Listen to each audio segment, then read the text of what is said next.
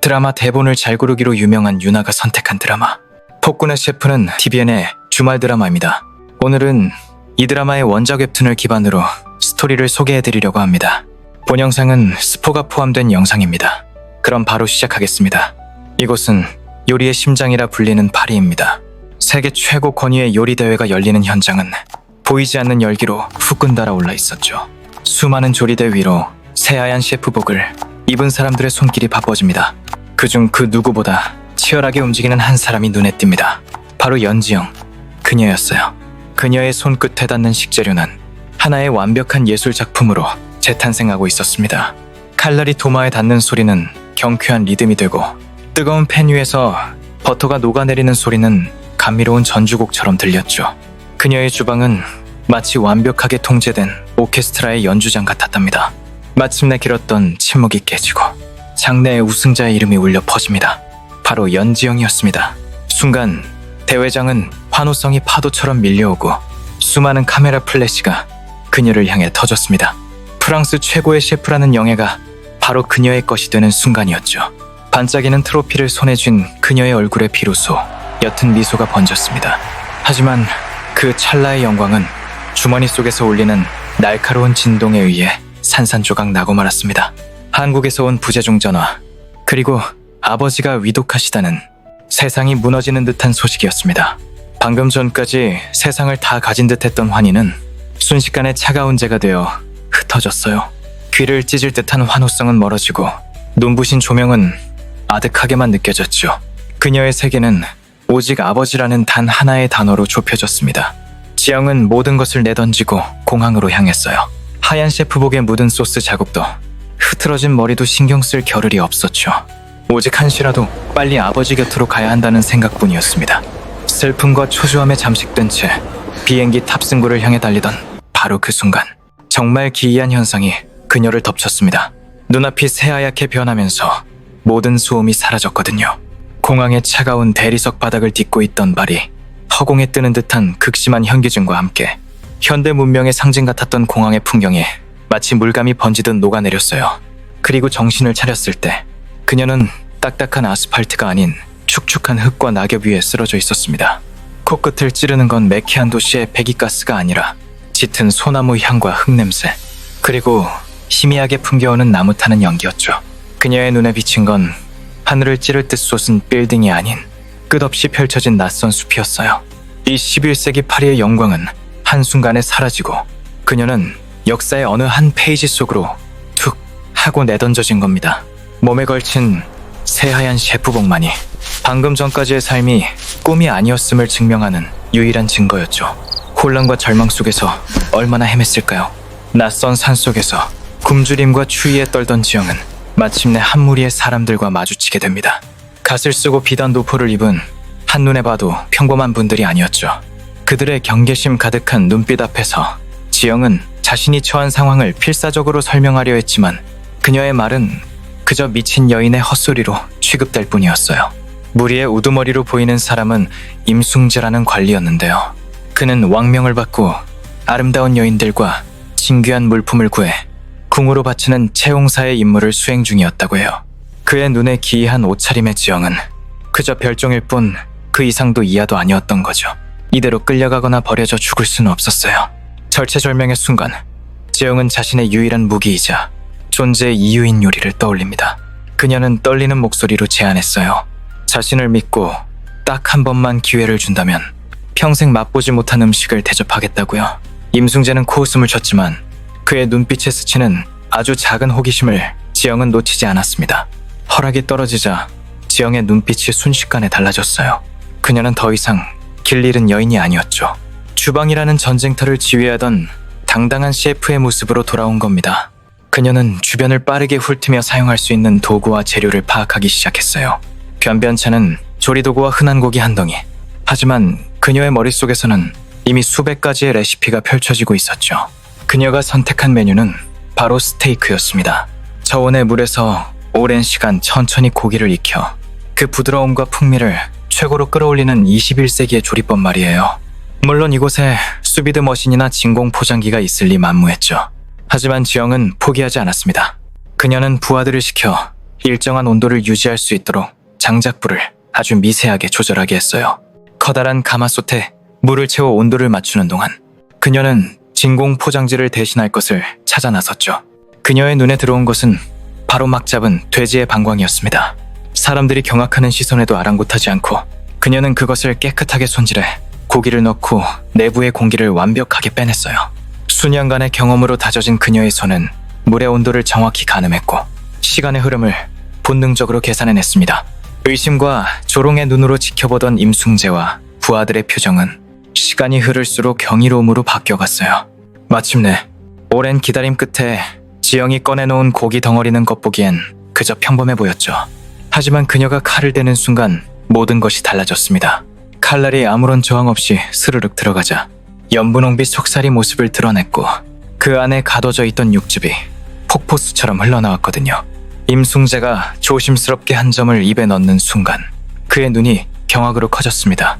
씹을 필요도 없이 혀 위에서 녹아내리는 부드러움. 이제껏 경험해 본 적 없는 깊고 진한 육향. 이건 단순한 요리가 아니었어요. 마법에 가까운 기적이었죠. 임숭재는 깨달았습니다. 이 기이한 여인은 단순한 미치광이나 요리사가 아니라는 것을요. 그는 왕에게 바칠 최고의 진상품을 발견했음을 직감했습니다. 임숭재의 손에 이끌려 도착한 조선의 수도 한양. 지영의 눈에 비친 운종가의 풍경은 마치 살아있는 역사박물관 그 자체였어요. 활기 넘치는 시장의 모습도 잠시. 그녀는 사람들 얼굴에 서린 깊은 공포를 읽어냈습니다. 왕, 이 나라의 지존에 대한 이야기만 나와도 쉬쉬하며 주변을 살피는 모습이었죠. 그 왕이 바로 역사상 최악의 폭군으로 기록된 연산군 이용이라는 사실을 알게 된 건 그로부터 얼마 후였습니다. 그녀가 발을 들인 곳은 왕의 음식을 책임지는 궁중의 주방, 바로 수라관이었어요. 그곳은 지영이 경험했던 파리의 주방과는 또 다른 의미의 전쟁터였습니다. 치열한 암투와 서열이 칼날처럼 번뜩이는 곳이었죠. 특히 대령 숙수라 불리는 남자 요리사들의 틈바구니에서 낯선 이방인인 그녀는 그 자체로 위협이자 이물질 취급을 받았어요. 그녀를 향한 노골적인 멸시와 견제 속에서 지영은 오직 실력으로 자신을 증명해야만 했습니다.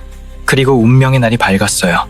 그녀가 폭군이라 불리는 왕, 연산군과 처음으로 마주하는 날이었죠. 용상의 비스듬히 기댄 채 앉아있는 왕의 모습은 그 자체로 엄청난 위압감을 뿜어냈습니다. 대신들이 그의 눈짓 하나, 숨소리 하나에 벌벌 떠는 모습은 그가 가진 절대 권력의 무게를 실감하게 했죠. 지영이 본 연산군의 눈은 모든 것에 실측난 듯 지루해 보였지만 그 깊은 곳에는 모든 것을 꿰뚫어보는 듯한 날카로운 지성이 번뜩이고 있었어요.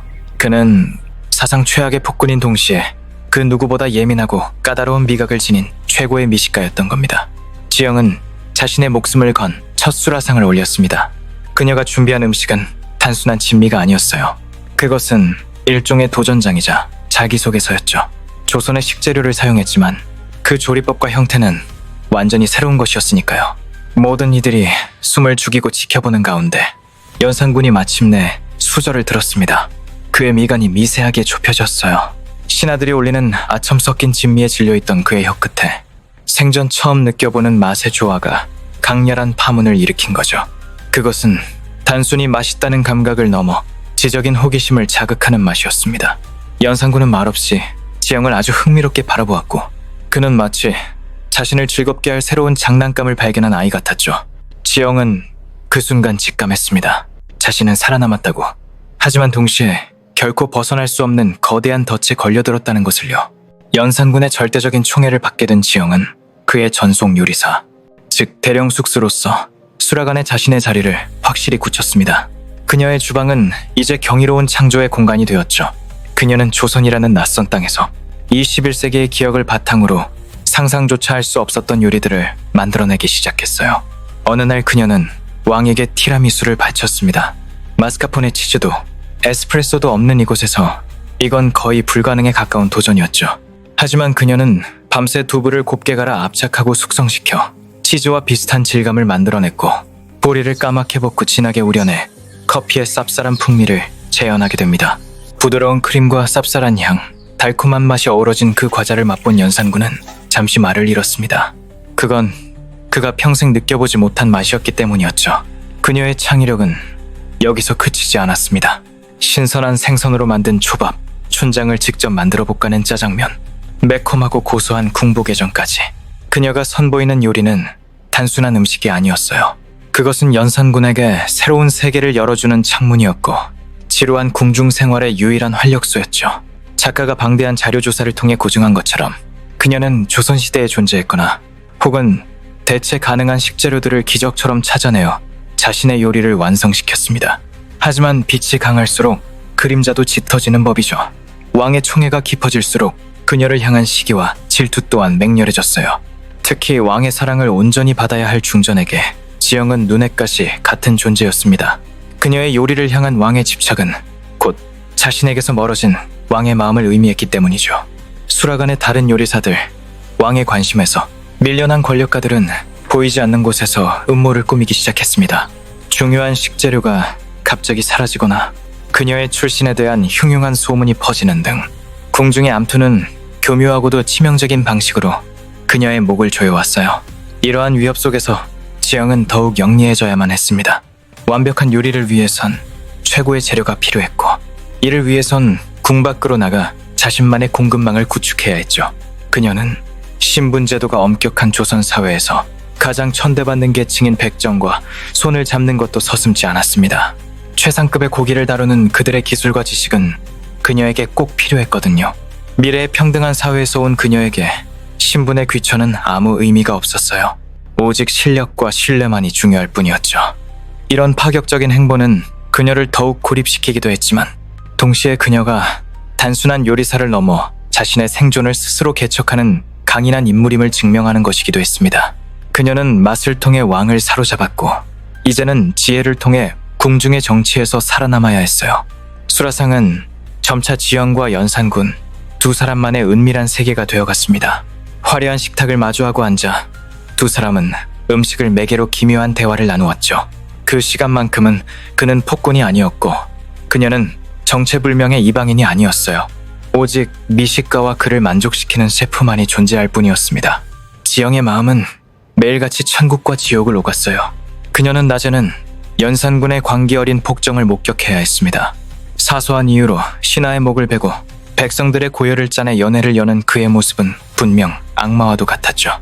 그럴 때마다 그녀는 이 남자를 위해 요리를 하고 있다는 사실에 깊은 죄책감과 혐오감을 느꼈습니다. 하지만 밤이 되어 그와 단둘이 수라상을 마주할 때면 그녀는 그의 또 다른 얼굴을 보게 되었어요. 새로운 맛 앞에서 소년처럼 순수하게 감탄하는 모습, 세상의 모든 짐을 내려놓은 듯 고독해 보이는 옆모습.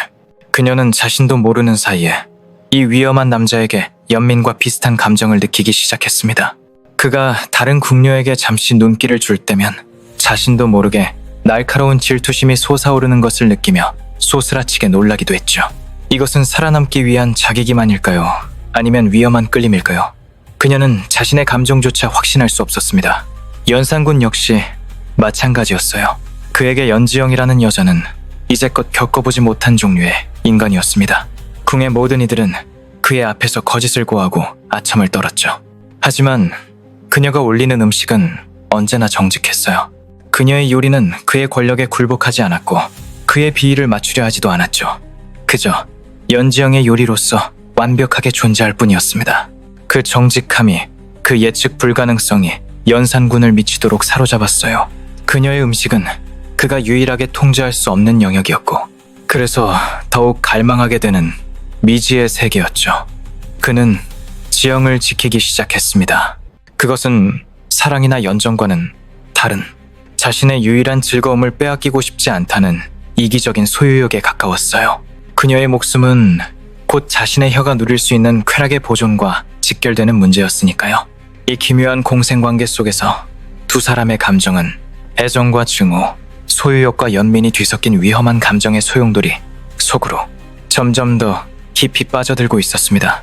지영을 향한 연산군의 총애가 절정에 달하자 그녀를 둘러싼 음모 역시 마침내 칼날을 드러냈습니다. 중전과 그녀의 세력은 왕을 독살하고 그 죄를 연지영에게 뒤집어 씌우려는 치밀하고도 끔찍한 계획을 세웠죠. 왕이 가장 신뢰하는 요리사가 올린 음식에 의한 독살. 그보다 더 완벽한 시나리오는 없었으니까요. 운명의 날, 나라에 큰 연회가 열렸습니다. 수백 명의 신하와 종친들이 모인 거대한 연회장이었죠. 지영과 수락한 나인들은 며칠 밤낮을 세워 준비한 음식들을 쉴 새 없이 내가고 있었어요. 화려하고 평화로워 보이는 연회의 이면에는 살얼음판 같은 긴장감이 흘렀습니다. 지영은 본능적으로 무언가 잘못되었음을 감지했어요. 중전의 서늘한 미소, 몇몇 대신들의 부자연스러운 눈빛, 파리의 치열한 주방에서 단련된 그녀의 감각은 아주 미세한 불협화음도 놓치지 않았습니다. 결정적인 순간은 왕의 메인 요리인 신선로가 오르기 직전이었어요. 지영은 마지막으로 맛을 확인하던 중 혀끝에서 이제껏 느껴보지 못한 이질적인 쓴맛을 감지했습니다. 심장이 멎는 듯했죠. 독이었습니다. 모든 것이 아귀가 딱 맞아떨어졌어요. 지금 이 신선로가 왕에게 올라가는 순간 왕은 죽고 자신은 역적이 되어 능지처참을 당할 운명이었죠. 머릿속이 하얗게 비는 절체절명의 위기. 하지만 그녀는 주저앉지 않았습니다. 여기서 소리를 지르거나 고변하는 것은 가장 어리석은 짓이었어요. 누구도 그녀의 말을 믿어주지 않을 테니까요. 그녀는 자신의 무기, 바로 요리로 이 상황을 타개해야만 했습니다. 그녀는 눈 깜짝할 사이에 새로운 계획을 세웠어요. 그녀는 아무 일 없다는 듯 독이 든 신선로를 들고 왕에게 다가갔습니다. 음모를 꾸민 자들의 얼굴에 회심의 미소가 떠올랐죠. 그러나 지영은 왕에게 신선로를 올리는 대신 갑자기 지영은 바닥에 주저앉으며 이 음식에 독이 있다고 말을 했습니다. 그녀의 손에서 신선로 그릇이 떨어져 요란한 소리를 내며 깨지고 연회장은 순식간에 아수라장이 되었습니다. 사실은 지영이가 왕의 음식을 확인하던 기미상궁의 독에 중독되어 쓰러진 척 연기한 것이죠. 그녀는 독의 존재를 눈치채자마자 해독 작용이 있는 다른 식재료를 몰래 잔뜩 섭취한 후였습니다. 그녀의 연기는 너무나도 실감났고 그녀가 쓰러지기 직전 가리킨 손가락은 정확히 중전의 음식을 관리하던 상궁을 향해 있었어요. 모든 것은 그녀가 순식간에 꾸며낸 한편의 연극이었습니다. 왕의 진노는 하늘을 찔렀죠. 즉시 관련자들이 모두 끌려와 국문을 당했고 끔찍한 음모의 전말이 백일하에 드러났습니다. 연산군은 자신을 기만한 자들에게 피해 숙청을 내렸어요. 연회장은 순식간에 비명과 피로 물들었습니다. 지영은 그 잔혹한 광경을 떨리는 눈으로 지켜보았어요. 자신이 살아남기 위해 괴물의 분노를 이용했다는 사실에 온몸이 차갑게 식어가는 것을 느꼈습니다. 그날 밤 모든 것이 정리된 텅 빈 정각에서 연산군과 지영은 말없이 마주 앉았습니다. 연산군은 자신의 목숨을 구한 이 기묘한 여인을 가만히 바라보았죠. 그녀는 그의 목숨을 구했고 그는 그녀의 목숨을 지켜주었습니다. 이제 두 사람은 서로에게 빚을 진 공범이자 서로가 없으면 살아갈 수 없는 운명 공동체가 된 것입니다. 생존을 위한 그녀의 처절한 몸부림은 끝났지만 폭군의 곁에서 살아가야 하는 진짜 서바이벌은 이제부터 시작이었어요. 독살 사건 이후 지영과 연산군의 관계는 이전과는 완전히 다른 차원으로 접어들었습니다. 단순한 셰프와 왕의 관계를 넘어 서로의 목숨을 구한 절대적인 신뢰의 파트너가 된 것이죠. 지영의 무대는 더 이상 수락 안에만 머무르지 않았습니다. 그녀의 현대적인 지식과 지혜는 외교와 내치 등 국정 전반에 스며들기 시작했어요. 예를 들어 명나라 사신과의 요리 대결에서 승리하여 인삼무역의 주도권을 가져오고 일본과의 교역에서는 은광 채굴권을 얻어내 나라의 곳간을 채웠습니다. 또한 서양 탐험대가 가져온 감자, 옥수수 같은 신대륙 작물들은 그녀의 손을 거쳐 굶주리는 백성들을 구원하는 희망이 되었죠. 그녀의 요리는 이제 왕 한 사람의 입을 즐겁게 하는 것을 넘어 나라의 운명을 바꾸는 열쇠가 되었습니다. 가장 큰 변화는 역사 그 자체였습니다. 원래 역사대로라면 중종반정으로 폐위될 운명이었던 연산군. 하지만 지영의 존재가 그 비극을 막았습니다. 반정의 중심이 될 뻔했던 이복 동생 진성대군이 병에 걸렸을 때 지영은 정성껏 만든 보양식으로 그를 살려냈고 이를 계기로 두 형제는 오랜 오해를 풀고 오히려 돈독한 사이가 되었어요. 폭군이 아닌 현명한 군주로 성장하는 형을 보며 진성대군은 반정의 마음을 완전히 접게 됩니다. 시간이 흘러 연산군과 지영이 함께 일군 조선은 그 누구도 상상하지 못했던 부강한 나라로 거듭났습니다. 연산군은 역사의 폭군이 아닌 르네상스를 이끈 위대한 군주로 기록되었죠. 지영은 더 이상 21세기로 돌아가는 것을 생각하지 않았습니다. 그녀의 아버지는 이미 오래전 돌아가셨고 이제 그녀의 세상, 그녀의 집은 바로 이곳 조선이었으니까요. 어느 화창한 날 지영은 이제 중년이 된 연산군과 함께 궁궐 후원을 거닐었습니다. 그의 곁에는 여전히 그녀가 있었고 그녀의 곁에는 그가 있었습니다. 500년의 시간을 뛰어넘어 만난 두 사람은 서로를 구원하고 역사를 바꾸고 마침내 서로의 곁에서 영원한 안식을 찾았습니다.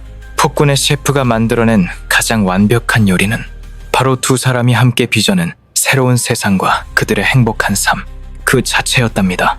오늘 준비한 이야기는 원작 기반의 스토리입니다. 아무래도 드라마에서는 많은 각색이 있을 듯 보여집니다. 오늘도 시청해주셔서 감사합니다.